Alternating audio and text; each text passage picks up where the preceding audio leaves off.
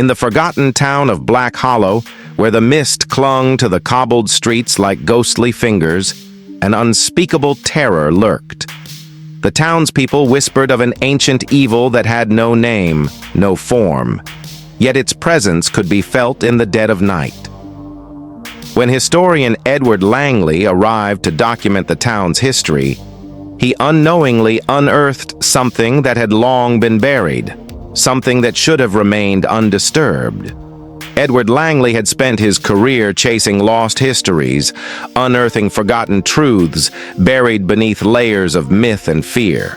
His latest assignment was to chronicle the history of Black Hollow, a town so small and secluded that few maps even acknowledged its existence. It had once been a thriving settlement in the 18th century, but had since faded into obscurity, with only a few hundred residents remaining. Yet, despite its small population, rumors of strange occurrences had persisted for generations. Edward's journey to Black Hollow was uneventful, but as he neared the town, a dense fog enveloped the road. The trees lining the path twisted in unnatural ways, their gnarled branches resembling clawed hands reaching for him.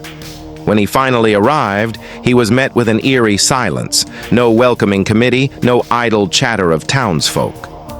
Just silence and the oppressive weight of something unseen. The arrival.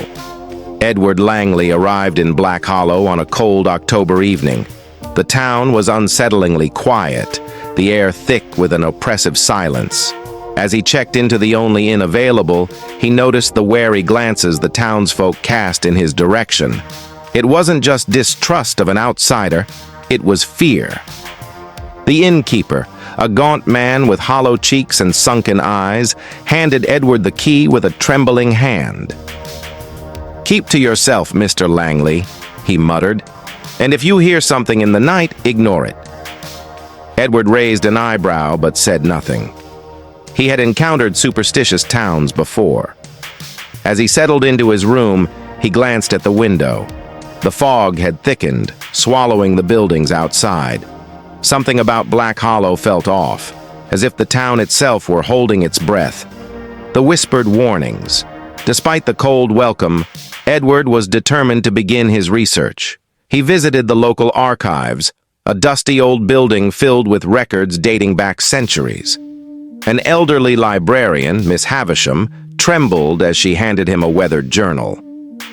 "Some knowledge is best left forgotten," she warned, her voice barely above a whisper. Edward dismissed her words as mere superstition, but as he flipped through the journal's brittle pages, he felt an unease settle in his gut. The entries were written by Aleister Crowell, a scholar who had lived in Black Hollow in the late 1700s. His last entries spoke of something lurking in the darkness, something that had no name but many faces. The Journal of Aleister Crowell. The journal belonged to Aleister Crowell, a scholar from the 18th century who had vanished without a trace. His writings spoke of a nameless entity that lurked in the shadows of Black Hollow, an entity that fed on fear itself. The deeper Edward read, the more he felt as if unseen eyes were watching him. Crowell described nights of unrelenting terror, of hearing whispers in languages unknown, of seeing figures in the periphery of his vision that vanished when he turned to face them.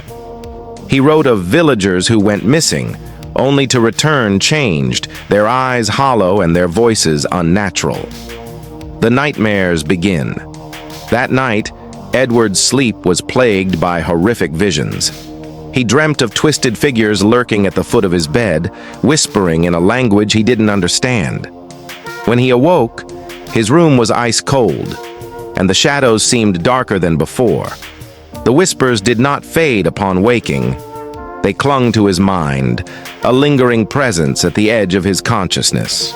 He told himself it was merely his imagination, a result of reading Crowell's unsettling journal. But deep down, he knew something was wrong. The hidden crypt.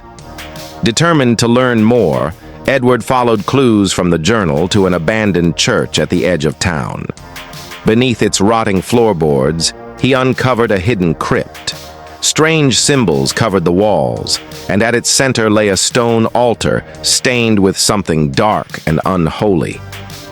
The air was thick with decay, and Edward felt an unnatural chill crawl up his spine. He traced the symbols with his fingers, realizing they were protective wards. Wards meant to keep something inside, not out. The unseen presence. As he explored the crypt, Edward felt an overwhelming sense of dread. The air was thick, and a guttural whisper filled his ears.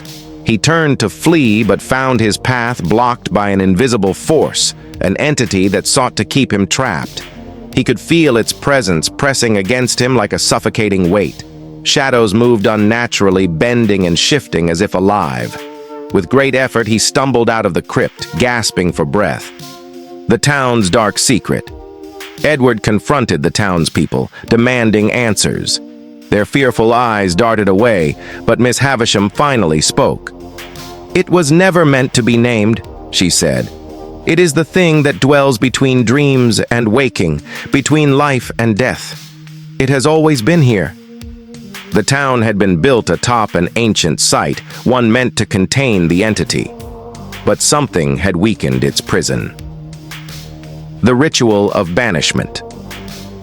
Desperate to escape, Edward discovered a ritual described in Aleister Crow's journal, a way to seal the entity once more.